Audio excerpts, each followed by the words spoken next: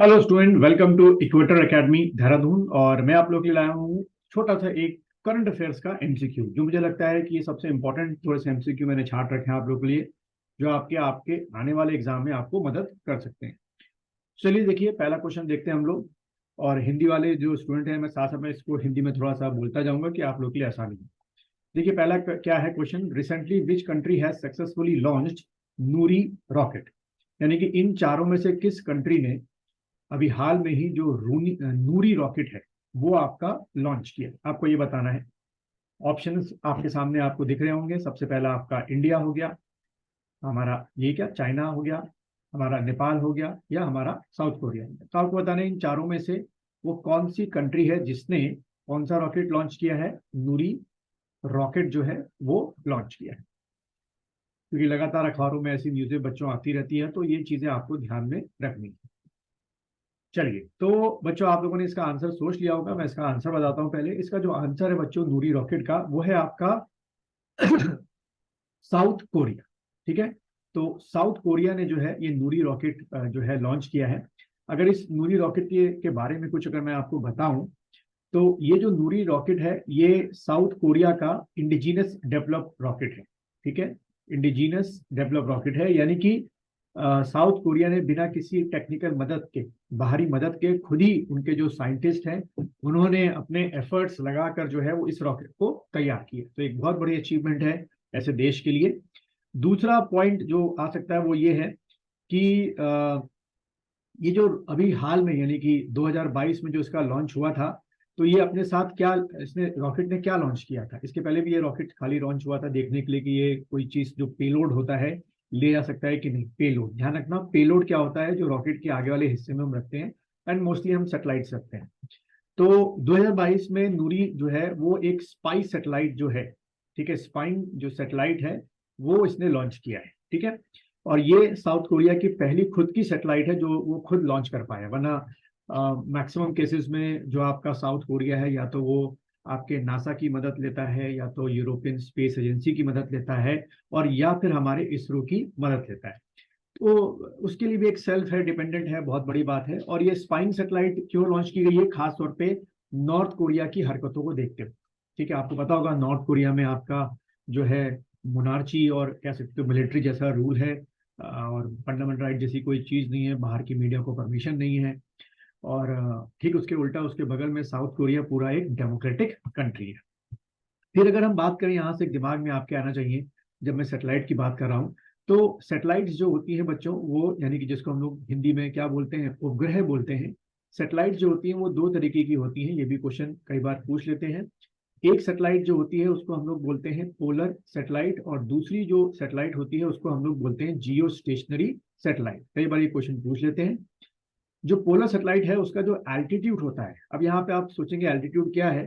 तो एक इमेजिन कीजिए कि आप, ये हमने अर्थ बना दिया, और यहाँ पे अर्थ पे जहाँ आप खड़े हुए हैं, इसको बच्चों हम लोग क्या बोलते हैं, लिथोस्फीयर बोलते हैं।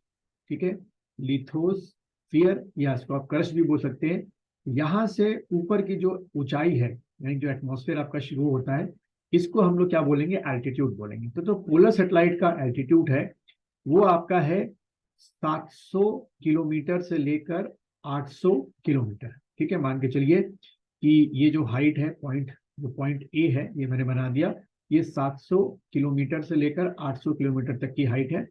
और जो जियो स्टेशनरी सेटेलाइट होती है वो सेटेलाइट कितनी हाइट पर आपकी होती है, तो और थोड़ा सा चलिए ऊपर चलते हैं, और थोड़ा ऊपर चलते हैं, और यहाँ पे रखते हैं बी पॉइंट में। ये मान लीजिए जियो स्टेशनरी सेटेलाइट का एल्टीट्यूड या ऊंचाई है। तो इसकी जो फिक्स ऊंचाई है वो है 36 क्या 1000 किलोमीटर। तो ये दो फैक्ट जो है बच्चों कई बार आपके एग्जाम में पूछे जाते हैं। तो उम्मीद है आपको ये समझ में आ गया होगा। दूसरा, पोलर सेटेलाइट जो है ज्यादातर क्या होती हैं, टेलीकम्युनिकेशन के लिए होती हैं, स्पाइंग के लिए होती हैं, वेदर जो फिनोमेना है, क्लाइमेट फिनोमेना है, उसको जानने के लिए होती हैं। और ठीक उसके उल्टा जो जियो स्टेशनरी है, एक जगह स्टेशनरी अगर इंडिया के ऊपर है तो इंडिया के ऊपर ही रहेगी। ये ज्यादातर जो आपके लाइव टेलीकास्ट चैनल है, जो डीटीएच है, डायरेक्ट टू होम सर्विस, उसमें यूज की है। चलिए, ये इन्फॉर्मेशन, मुझे उम्मीद है कि कोई ना कोई इन्फॉर्मेशन आपके काम आ सकती है। और बच्चों, अगर अभी तक आपने मेरा चैनल सब्सक्राइब नहीं किया और पहली बार आए हैं तो चैनल को सब्सक्राइब कीजिए, अपने दोस्तों के साथ शेयर कीजिए। और जो पुराने सब्सक्राइबर हैं मेरे, ज्यादा से ज्यादा चैनल को लाइक कीजिए और अपने दोस्तों के साथ शेयर कीजिए। चलिए सेकंड हम देखते हैं, which airport has become the first airport in the country to meet renewable energy requirements. ठीक है, यानी कि इन चारों में से वो कौन सा एयरपोर्ट है जो ज्यादातर अपनी जो एनर्जी की रिक्वायरमेंट है वो रिन्यूएबल सोर्सेज से पूरा करता है। ठीक है, हिंदी वालों के लिए कौन सा इसमें है, देखिए लाल बहादुर शास्त्री इंटरनेशनल एयरपोर्ट है, या बीजू पटनायक एयरपोर्ट है, या राजीव गांधी एयरपोर्ट है, या इंदिरा गांधी एयरपोर्ट है। यहाँ पे बच्चों आप लोग आंसर सोचिए। एक फैक्ट आपको ध्यान रखना है कि भारत में इस समय टोटल जो एयरपोर्ट्स हैं वो आपके 34 एयरपोर्ट्स हैं। यहाँ मैं एक 34 के ऊपर स्टार बनाकर रख रहा हूँ। वजह ये है कि कई जो आपकी किताबों हैं उसमें 36 दे रखा है, कहीं में 33 दे रखा है, कहीं में ज्यादातर में 34 दे रखा है। तो उसको आप एक बार चेकआउट कर लेंगे एग्जाम के पॉइंट ऑफ व्यू से कि एग्जैक्ट फिगर क्या इसमें दे रखी है। तो अभी के लिए हम मान के चलेंगे कि टोटल जो एयरपोर्ट है, इंटरनेशनल एयरपोर्ट, वर्ड कौन सा यूज कर रहा हूँ, इंटरनेशनल एयरपोर्ट जो है वो हमारे यहाँ 34 एयरपोर्ट्स है। चलिए आप लोगों ने, उम्मीद है कि आंसर जो है वो निकाल लिया होगा इसमें से। तो बच्चों इसका जो आंसर है वो है आपका डी, यानी कि दिल्ली का इंदिरा गांधी इंटरनेशनल एयरपोर्ट जो है उसने अपनी मैक्सिमम जो एनर्जी की रिक्वायरमेंट्स हैं वो जो नॉन कन्वेंशनल एनर्जी के सोर्सेज होते हैं, और अभी इस समय नॉन कन्वेंशनल में हम दो ही एनर्जी को सबसे ज्यादा प्रमोट कर रहे हैं। पहला जो आपकी एनर्जी है वो है आपकी क्या, सोलर एनर्जी। ठीक है, और दूसरी जो एनर्जी है जिसको हम लोग प्रमोट कर रहे हैं वो है आपकी हाइड्रो एनर्जी, यानी कि बिजली से बनने वाली, वो पानी से बनने वाली बिजली। तो ये आपको ध्यान रखना है। इसमें क्या हुआ बच्चों कि ये जो इंदिरा गांधी इंटरनेशनल एयरपोर्ट है दिल्ली का, इसने हिमाचल जो है वहां पर एक कंपनी के साथ टाई अप किया है, और वहां पे स्पेशली जो है इसके लिए एक हाइड्रो प्रोजेक्ट तैयार किया गया, और वहां से जो बिजली की सप्लाई है सीधे आपकी कहाँ पर आ रही है, इधर की ओर दिल्ली के इंटरनेशनल एयरपोर्ट के थ्रू भेजी जा रही है। ठीक है, इस तरीके से हम कह सकते हैं कि नॉन कन्वेंशनल एनर्जीज के सोर्सेज को क्या कर रहा है, बढ़ावा दे रहा है। चलिए आगे बढ़ते हैं हम लोग थर्ड क्वेश्चन की तरफ। थर्ड क्वेश्चन जैसे कि आपको दिख रहा है, विच स्टेट गवर्नमेंट यानी कि राज्य सरकार has recently launched a medical insurance, स्वास्थ्य जो इंश्योरेंस है वो लॉन्च किया है, known as Medisep for government employees as well as pensioners. तो क्वेश्चन सीधा साधा है, कई बार ऐसे भी क्वेश्चन पूछ लिया जाता है कि मेडिसेप नाम का जो मेडिकल इंश्योरेंस है इन चारों में से किसने आपका सरकार ने लॉन्च किया है। और आजकल आप देख रहे हैं कि मेडिकल इंश्योरेंस जो है वो लगातार लोग बढ़ाते जा रहे हैं। सरकार का आपको याद होगा जो गोल्डन कार्ड है वो, उसका काफी फायदा जो है वो बच्चों आपके किसको मिल रहा है, आपके जो गरीब लोग हैं या बीपीएल और एपीएल लोग हैं उनको मिल रहा है। चलिए तो इसका आंसर जो है, मुझे उम्मीद है कि आप लोगों ने अब तक सोच लिया होगा कि वो तमिलनाडु है, कि झारखंड है, कि केरला है, कि मेघालय है। तो इसका जो आंसर है बच्चों की मेडिसेप जो है वो लॉन्च आपका किया है किसने, आपकी केरला गवर्नमेंट ने जो है ये मेडिसेप जो है आपका लॉन्च किया है। इसमें आपका क्या किया जाएगा, कैशलेस जो असिस्टेंस है, ठीक है, वो सरकार प्रोवाइड कराएगी। अगर आप गवर्नमेंट जॉब में हैं, पेंशनर है, और आपके परिवार को भी इसमें बेनिफिट मिलेगा। चलिए चौथा क्वेश्चन देखते हैं, इंटरनेशनल ओलंपिक डे जो है वो हर साल इन चारों में से हम लोग कब मनाते हैं। बहुत सीधा साधा सिंपल स्ट्रेट फॉरवर्ड क्वेश्चन है, उम्मीद है कि काफी लोगों को पता होगा। तो पहला ऑप्शन 10 जनवरी, 12 मार्च, या 23 जून, या 18 जुलाई। सोचिए इसका आंसर क्या हो सकता है, जनवरी में है, या मार्च में है, या जून में है, क्योंकि देखो डेज वाले क्वेश्चन कुछ ना कुछ आपके एग्जाम में आते हैं। चलिए बच्चों इसका जो आंसर है वो है आपका 23 जून।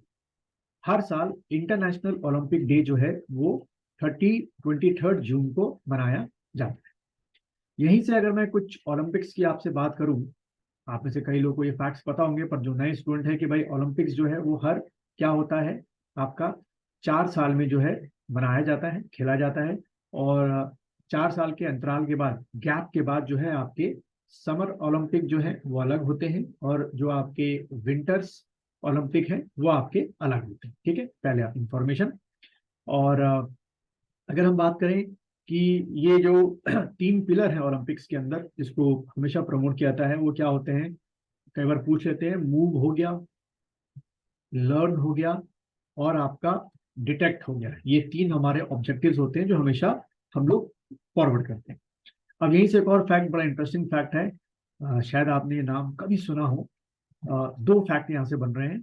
मैं यहाँ से 2 फैक्ट कर देता हूँ कि आप लोगों को याद रहे, ऐसे करके फ्लो चार्ट बना के। पहला फैक्ट ये है कि बिफोर द इंडिपेंडेंस, यानी कि 1947 के पहले, ठीक है, यहाँ पे लिख देते हैं हम लोग छोटे में, बिफोर 1947, ठीक है, बिफोर 1947, बिफोर द इंडिपेंडेंस, पहली बार किस जो आपका इंडियन था उसने कोई मेडल जीता था। तो एक नाम आप याद रखिएगा, नॉर्मन, ये एंग्लो इंडियन थे, नॉर्मन